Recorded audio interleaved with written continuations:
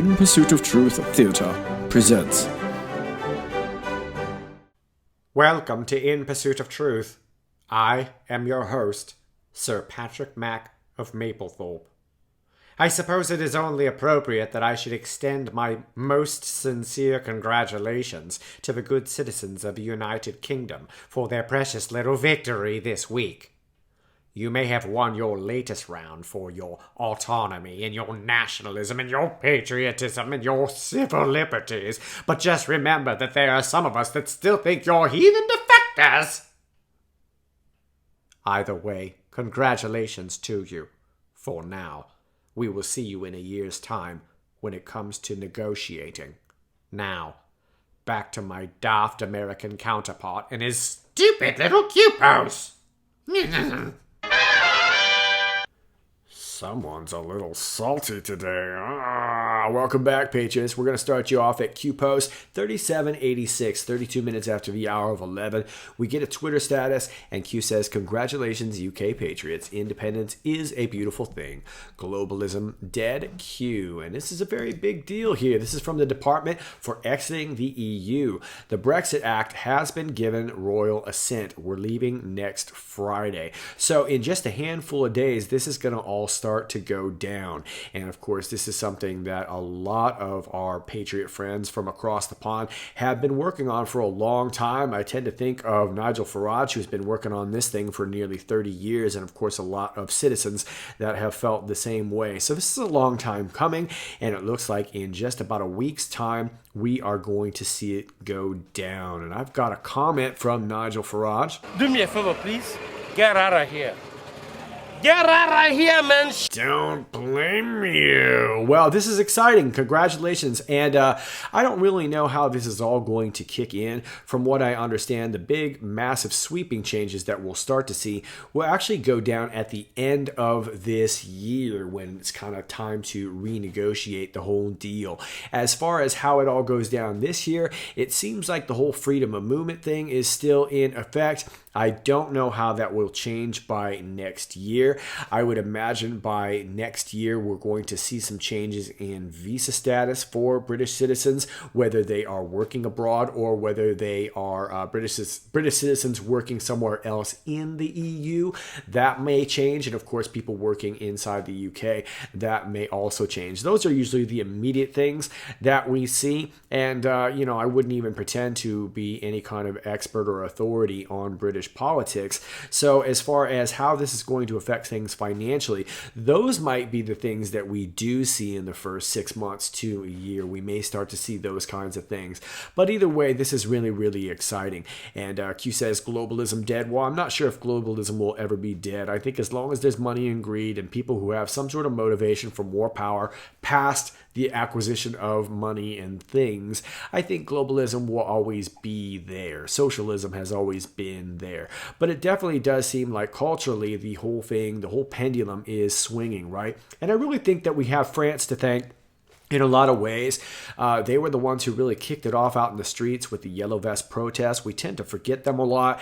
And, right now, Macron can't even seem to go anywhere without being harassed. These are the people that really took to the streets and made some action, and I think inspired a lot of other people to move. Of course, Brexit was already going down. I can understand that. And, of course, you've got the people of Iran, the people of Hong Kong, which, again, because of all the things that have been going on in the world as of the latest month or something like that, Hong Kong has kind of gotten left out of this whole thing too. And then of course the massive story that is going on right there in the United States, this seems to have the world's attention. So a lot of things to pay attention to, and it seems like populism is coming back, nationalism is coming back, and with the decline of the mainstream media, the whole cultural paradigm is kind of shifting now, and it's an exciting time to be alive for sure. So congratulations to our friends in the UK.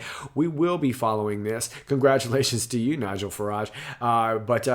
Very exciting. Boris Johnson comes into office, and all of a sudden, we're getting things done. So this will happen really, really soon, and we will keep you posted. And I will be keeping my word about traveling out to the UK.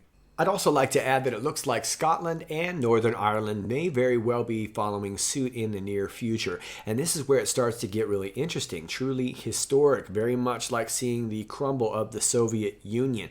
Now, I don't know if this will have the same effect in the same way. I think it will be just as big, but I do think it will be a little bit different. I don't know if we're going to see a whole bunch of little Kazakhstans and Uzbekistans rising up out of this crumbling European Union, but more countries are following suit. And I think that if we see success in one, I think more countries are bound to fall in line with that. So very interesting, particularly interesting because the European Union was sort of the basis for what we all know as the New World Order, right? And of course, we've heard about the New World Order for decades. We've heard lots of world leaders talk about the New World Order. It's become part of our cultural zeitgeist, if you will, at this point. But this was really where it was all supposed to start out, right? Essentially just an acquisition of power and countries. And then, of course, that resulted in the euro. And this plan was meant to extend into the Africas with an Afro and the Americas with the Amero, right? To merge, basically merging Canada and Mexico with the United States and becoming one American Union represented by their own currency. Now, it doesn't seem to be trending that way, obviously, and of course, with the fall of the EU, this starts to really shake things up for this globalist ideal. But it is still out there, and it's very interesting. I want to take you back to post 620. And this was from back on the 27th of January 2018, and I'm not going to read you this whole thing here. This is a nice little letter from a British anon to Q, and Q responds here by saying May, being Theresa May, is neutralized. And we remember that she was stepping down. She was sort of a blockade, if you will. It didn't seem like she was necessarily advancing one cause or another, but it seemed like the longer she was in office, the longer we just sort of stared at this whole idea of Brexit. It was like she was promising one thing, promising kind of, are you sure you don't want a new deal? She was kind of this go-between, but yet at the same time, we knew that the end result was going to be that nothing was going to be done. Well, she's out of the way now. And of course, we see the intelligence agencies over there, MI6, SIS, undergoing house cleaning. Very much like our FBI, our DOJ, our CIA. QAnon has talked about this extensively. We've talked about it extensively in this channel. How much house cleaning has needed to go on. This is global, and we're starting to see that this is global. There are no countries that are left out of this. We've got Iran, we've got Russia, we've got Turkey, we've got Ukraine, we've got China. We've got Iraq, we've got Pakistan, the UAE is involved, Saudis are involved, South America's involved, Spain, Italy, of course, England, Australia, New Zealand. Who's not involved? Everyone's involved at this point. This game is global. And the world's paying attention because with the advent of the internet and, of course, new media, this is starting to get out to everybody, so everyone is paying attention. Queen monarchs seeking shelter. Okay, so keep in mind, this was back in 2018. Q was posting about this. And we see now the Queen signing off on Brexit. And, of course, the monarchs seeking shelter. We have all this talk about Prince Harry and Meghan Markle or blah, blah, blah, blah. Now, I don't really want to talk about that too much, but, of course, they're over there in Canada, in Victoria, British Columbia. And Victoria, and, of course, Canada really essentially is at this point the last people sort of waving their arms in the air saying, hey, we're still deep state. We're still deep state. You can come here. And so they're over there. And of course, they didn't really want to say where they were staying, but the man who is actually putting them up is one Frank Giustra. And Frank Giustra is, of course, a nightmare of a person. This guy is a massive Clinton donor. This guy is wrapped up, of course, in the film industry. Uranium One. There's a lot of things going on. Nexium. This whole thing just gets more and more suspect. And of course, I can't help but think that as the media is just wanting to talk about Meghan and Prince Harry, oh my God, how are they gonna adjust? How are they gonna adjust to life? They're not royals anymore. How are they gonna adjust? They're gonna be fine. They're hiding out. And we don't really know exactly what's going to transpire with all this, but of course this story is leading us away from the crimes of Prince Andrew. And that's really where the story needs to be focused on. So I probably won't be talking much about the Markle-Thorpe situation out there in Canada unless it really comes to a head. But it does look like they are seeking shelter. The Queen does not seem to have the status that she used to have. Q says, patience, these people are stupid. Q. And one more side note, if you've been following this story at all, this is a very curious story that's been kind of going on for a while. You may remember this guy, James Francis Alexander. And he was the guy who claimed he was the real Prince Harry. And, I'm not a big conspiracy theorist myself. You can usually tell when something's very, very logical and when something's just a little bit kind of curious. But this guy always had kind of a legit looking face that made me kind of wonder, because the royal family has always kind of gotten me a little unnerved anyway. But this guy seemed to have a legit claim. Well, whether or not he did or not doesn't really matter, but either way, he was found dead in an Irish hotel just recently, and of course it was multiple bullet wounds and a sign of struggle. So the investigators were saying that clearly this man did not kill himself, kind of like Jeffrey Epstein. Just saying. Post 3787, 32 minutes after the hour of 3. We get the screenshot here, and I'm going to blow it up for you in a second. It's entitled CrowdStrike Payments to the DNC, and it's a history of a few payments from the DNC to CrowdStrike, which of course was the firm handling all the DNC's business. And of course, they were the ones that were crying Russia, Russia, Russia after they allegedly got hacked by Guccifer 2.0. Q says, corrupt Democrats fighting for their lives to keep media government focused on POTUS. Don't worry, it won't be boring forever. Well, that's nice to know. Here it is. And as you can see, they were getting quite a bit of coin, and it looks like it was starting in May of 2016. It was about $1,500, but then it started to get even bigger by later on in 2016. Looks like about by August, they're $113,000 there. But the most curious one to me, of course, is this one right here on the 11th of July 2016.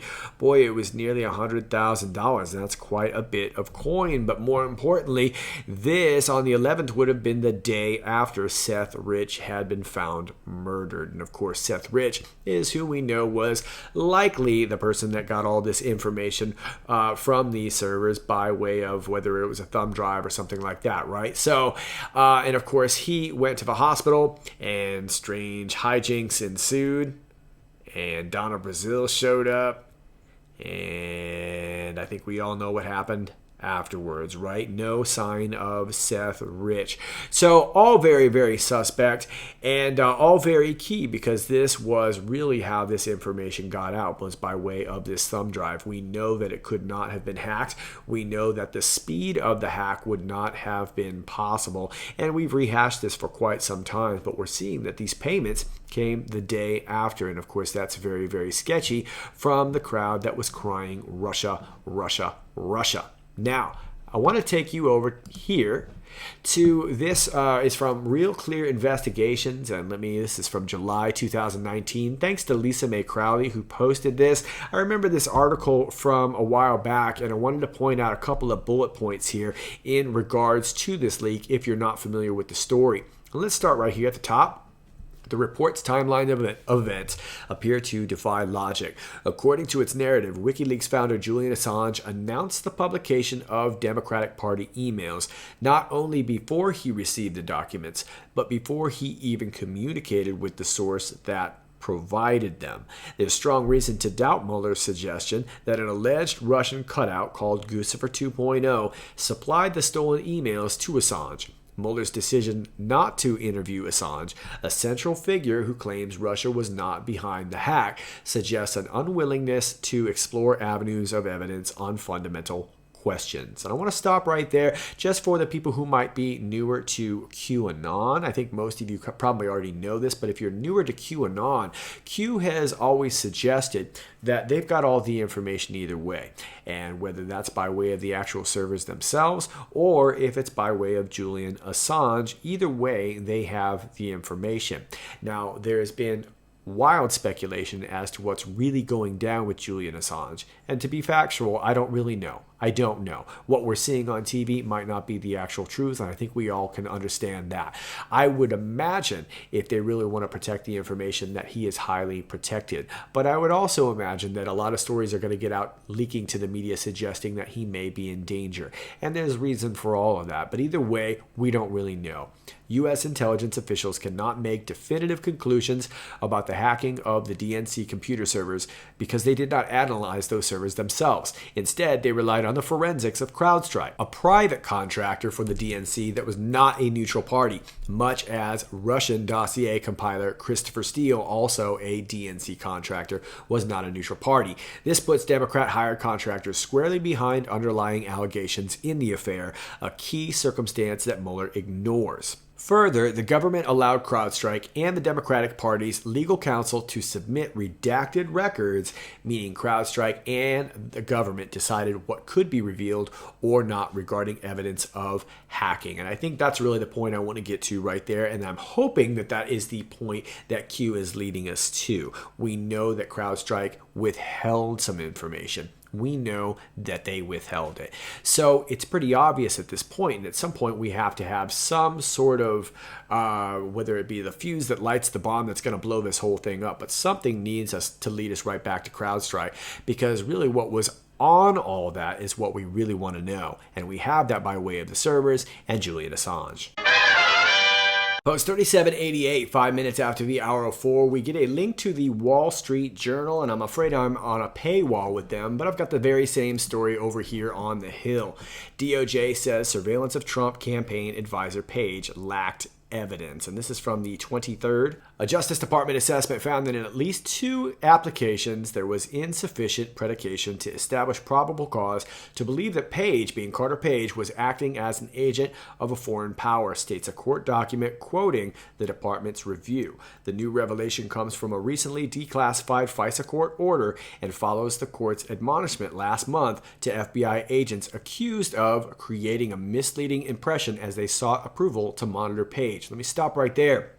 They're not naming this person for some reason, but this is Kevin Kleinsmith. He was altering some emails in regards to this FISA court warrant specifically for Carter Page. The court understands the government to have concluded, in view of the material misstatements and omissions, that the court's authorizations in 2 applications were not valid, wrote Judge James Emanuel Boasberg, a federal district judge in Washington, who also serves on the FISA court in the court's latest order. Okay, so we've known for quite some time that this was funky, right? But once we break this down, and although Q was just saying hopefully it won't be boring for too long, we talked a lot about FISA, but we knew that it starts with these faulty applications in the first place. And now that we know that one of these FBI agents was actually tinkering with the Carter Page FISA warrant, we know that essentially that warrant kind of has to get thrown out. But the most important thing I think with all of this is that when we see that that originally was faulty, then everything that follows that ends up being faulty too. Now let me take you back over to the Q post where Q says correction will be needed. All surveillance regarding POTUS. And then they mention hops. And I'm going to back this up again for people who are newer to Q. What Q is talking about here is a hop that's being done when you're actually doing spying on somebody. So here's how it works. I want to spy on POTUS, but I can't spy on POTUS because he's not a foreign agent. He's not a foreign resident. He's not foreign. He's American. I can't use FISA to spy on him. But what I can do is I can spy on somebody outside of the country. And then I see, oh my goodness, that this guy outside of the country is talking to another person. We'll call that person A, and then that person was talking to person B. So now I got to make a hop, and I'm going to hop over to person B, and I'm going to get a warrant for them and all of their circle of friends. That's how the hop works. It doesn't just hop to one person. It hops to their little circle of friends. And now that person seems to be talking with Trump Jr., and Trump Jr. is talking with so-and-so, and I can get my way back to the POTUS by making these multiple hops. That appears to be what they were doing, not just with POTUS, but originally with Ted Cruz and probably half of Congress. But that's how they ended up getting to everybody. And of course, that's including Paul Manafort. That's including General Flynn, whose 302s were also altered. So anything following that will also need to be corrected. So you can see why this is important and why it's important that we keep going over it. I find myself constantly explaining it and still finding out new things about how it all works. It's a very complex situation, but in essence, once you break it down and realize that the applications were faulty, then anything found from those applications had to be tossed out the window, including impeachment, including collusion, and including General Flynn's sentence. Will be concluded that there was insufficient predication to establish probable cause. Exactly. Let's move on. Post 3789, 9 minutes after the hour of 4. Q is adding on to the previous post by giving us the source document right here, just saying that the article was lacking the source document. And here it is over here. I will also link it for you down below. It's a 2-page document. And of course, this was signed by FISC Court Judge James Boasberg. I just want to take you down to the second page and give you a brief synopsis of what they're asking for here. A detailed description of the steps taken or to be taken to restrict access to such information in unminimized form, including how many personnel have access and for what purposes they may examine or retrieve it. B, a detailed description of the steps taken or to be taken to restrict access to such information in any other form, including any information that may have been disclosed or disseminated to DOJ, prosecutors, or other persons outside the FBI. C, to the extent applicable, a timetable for completing any such steps that have not yet been completed. D, explanations of the further review of the OIG report and related investigations and any litigation that are referenced in the December 9, 2019 letter as requiring the retention of such information, including copies of any orders of other courts relating to the preservation of or access to such information. And E, an explanation of why the retention of such information in the manner intended by the government and any contemplated use or disclosure of it comport with the above referenced provisions of FISA. And then there's some redacted information right there. So you can see, like Q said here, correction will be needed. All surveillance regarding POTUS will be concluded that there was insufficient predication to establish probable cause. Yeah, once you find a flaw in the system, like I said, everything past then starts to become bunk. And of course, once that gets out into the mainstream media as being common knowledge, it will still be debated, of course, by the fake news. But once that starts to really permeate, that will be one more stepping stone towards the 2020 elections, where we really start to see things ramp up and fall apart on this whole impeachment scam. Post 3790, 1 minute after the hour of 5, we get this screenshot here, 11:56 p.m. And again, need to charge your phone right there. But this was from post 2042, August 31st. And I know I've explained this a million times, so I'm just going to explain it a little bit faster. If you want a really detailed explanation of all this, I suggest that you go to my video from the very next day. So if Q posts on August 31st, you can search my video from September, which would be probably the very next day. And if you just hover over my videos with your mouse, the date will be revealed. You might not see the date, but they're on every single one of my videos. So once again, if you want to see this from August 31st, the next day would be September 1st. Just look for that video in my video collection. Hover your mouse over it and it will show you. But this was a special approval code for Natalia Veselnitskaya, who helped set up these meetings that ended up taking down Manafort, Papadopoulos, Page, Flynn, etc., etc. Loretta Lynch was the one who set her up with this special access visa that she wasn't originally basically going to qualify for. This appears to be her approval code. And here we break down how it worked. Now, Natalia Veselnitskaya getting up and in the country and into that meeting helped set up Manafort's FISA warrant. That's how Manafort got issued a FISA. And of course, that led to Papadopoulos. FISA warrant approved for Page. FISA warrant approved for Flynn. Those were our 5 FISA warrants. And then they go to talk about these leapfrogs or these hops that I was just talking about. You must target, remove, and silence all those illegally targeted for FISA surveillance. Yeah, anybody that was illegally targeted, you got to take that away, and that takes away their entire case. The Section 702 that I just talked about earlier, that's in regards to foreigners. Well, you had to get to other people before you could get to these foreigners. Q gives us the example. I spy on P, P talks to X. Now I get to spy on X. X talks to Y. Each time we change, we spy on more people making a hop, or what they call bulk data collection in general. Umbrella, it covers a lot of people.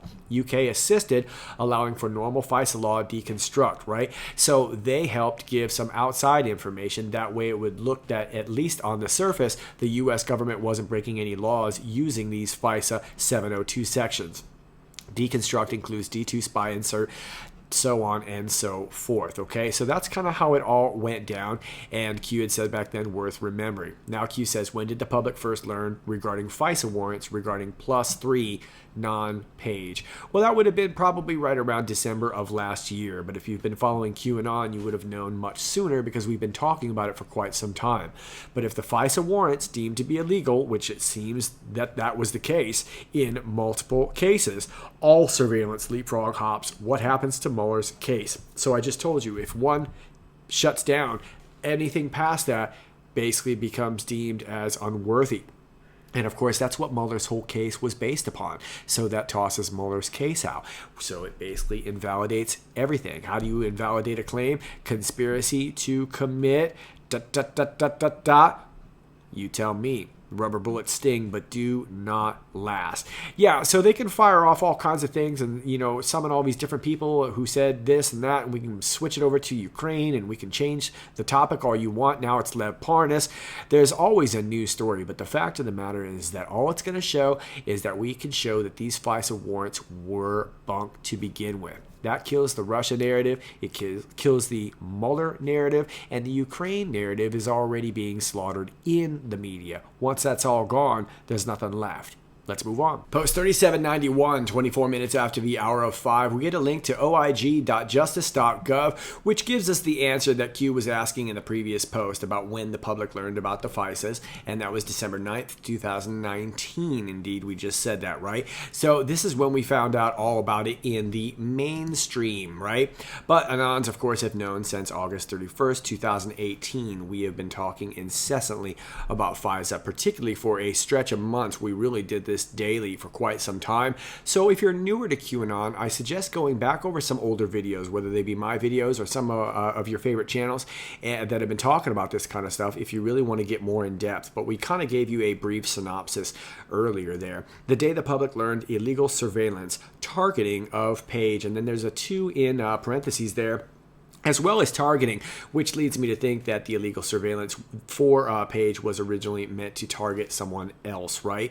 And then, of course, Q gives us the date of yesterday, January 23rd, 2020, and that's the day we find out about Cruz, which has a dash there, whether they were targeting to remove Cruz or whatever. But at the time, keep in mind that Cruz would have been the kind of most obvious opposition to the Democrats at the time. Keep in mind that at this time, it wasn't sure that President Trump was even going to run. It was just Donald Trump at the time. He was teasing about it, and everybody thought it was a big joke. So at that time, Ted Cruz would have been the guy, right? Anybody that was opposing the Democrats. So Ted Cruz was where it all sort of started. And of course, it led to a whole bunch of other people, which I imagine we're going to start finding out as we watch the news, which is what Q says. Important markers to remember. Watch the news. Now, if you've watched my video from yesterday, we talked a little bit about Q markers, right? Q posting, the way that Q posts, whether we figured it out or not, often is giving us time markers. It may be hidden in the timestamps, it may be hidden in a code, it may be hidden in all kinds of ways, but we've seen all kinds of different timestamps and plays on time, and anybody who's been following Q for long enough knows how that sort of works. But what we do know is that Cruz started it all. Anybody who was going to oppose the Democrats, that led to one thing to another. And then, of course, President Trump became the obvious candidate, which is why all of a sudden he, in one day, became a racist and a bigot and a Nazi and everything else that followed. You get the idea. They were planning on doing this to anybody. It just happened to be Donald Trump. Post 3792, 18 minutes after the hour of 6, we get a Twitter status right here to @based Poland, who says massive, absolutely massive crowds out on the streets of France against Macron tonight. Tens of thousands out on the street in marches of light in every of the 10 to 15 largest cities of France. Video from #Lyon. Look at this right here, and this is absolutely beautiful.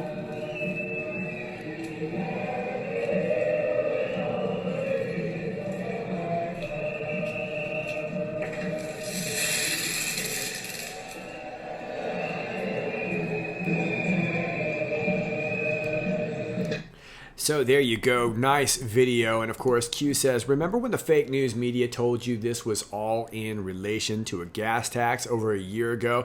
Yeah, like I said earlier on in this video, we really have France to thank for this because they're the first ones who really said, we're not taking it anymore. We're going to go out in the streets. And of course, I thought the Yellow Jackets was a great idea. And of course, it really caught the world's attention for a while, but the media didn't want to talk about it. But it was so massive that they had to say something. So of course, that they said this was all over the gas tax, but we realize that it's so much bigger than this. Now, the gas tax was a big part of this, and keep in mind, of course, we know that this is sort of a globalist outlet, if you will, France and Macron, but that Paris Accord money is also drying up, and so people are getting really, really aggro over there, and they're getting pretty tired, and like I said earlier on, Macron can't seem to even set foot outside his residence without being harassed, and that's probably the way it's going to need to be. I don't really see this ending in any other way than seeing Macron step down. I suppose there is another solution. Maybe he will end up playing ball, but I think at the end of the day, for France to really move forward, Macron is going to step down. And I think that they're at that point where they're not really going to give up. They've been doing this for well over, almost 2 years now. So it's very, very clear that the resolve is in the people there. And that's why we have France to thank for this great awakening worldwide. So salute to all my French patriot friends out there for keeping us in the fight, because it's really your fight against one of what I would kind of consider a deep state or globalist proxy, if you will, and really, really holding fast, because once Macron finally steps out of the way, it's just going to be another one of those dominoes. Sheep no more, the great awakening. Post 3793, 1 minute after the hour of 7, we get a Twitter status, and Q says, worth following, precursor in brackets, and it takes you to the status of Rudy. Got him by the Giulianis! Starting tomorrow, we will begin cracking through the swamp media's cover-up of top-level Democrats selling their public office, resulting in multi-millions in Ukraine and the conspired attempt with foreign officials to destroy the Trump candidacy. Yeah, it's pretty amazing. The more we dig into Ukraine and this whole Trump-Ukrainian collusion,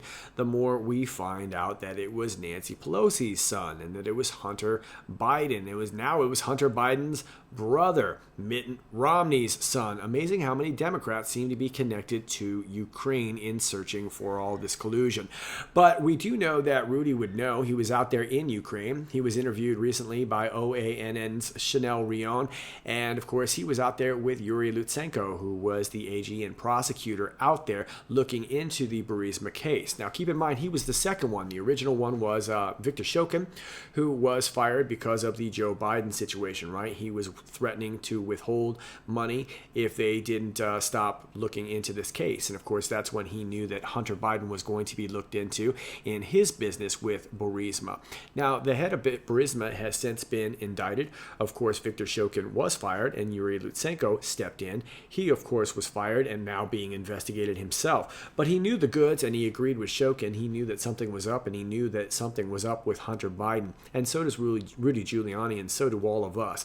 So this is likely going to come out. There was probably a lot of information being shared out there that we don't yet know, and it looks like Rudy Jules is about to work it into the media. Post 3794, 39 minutes after the hour of 7, we get a Wikipedia link, and it takes us here. State funeral is a public funeral ceremony observing the strict rules of protocol held to honor people of national significance. State funerals usually involve much pomp and ceremony, as well as religious overtones and distinctive elements of military tradition. Okay, how about that? So why are we talking about this? And as you can see on the side there, it says the coffin of John Curtin, the 14th Prime Minister of Australia, lying in state inside King's Hall, Old Parliament House, Canberra, on July 6, 1945. And as many of you have sent to me, I've seen a lot of knuckleheadery going down over here on Wikipedia. Now, it looks to be pretty normal at this moment, but there were a lot of people that were changing things, adding Seth Rich hashtags and things like that. As you know, Wikipedia can be publicly edited. So a lot of knuckleheadery was going on this Wikipedia page, and we're not going to go through that too much, but there were a lot of people playing around. But what Q is turning our attention on is a state funeral. Obviously, somebody very big, and we've seen this kind of thing before. Probably Unrelated, I tweeted this yesterday, so Mr. Peanut died today, which probably has no significance or symbolism attached to it regarding a certain public figure long known to be associated with peanuts. So just get that out of your head, conspiracy nut. And if you're not familiar with what I'm talking about, this Mr. Peanut, he is the sort of the mascot for the Planters Peanut Company and has been for a long time. And they had a really odd commercial during the it's a Super Bowl commercial that they had set up with Wesley Snipes. I can't remember the other actor, but Mr. Peanut was in it.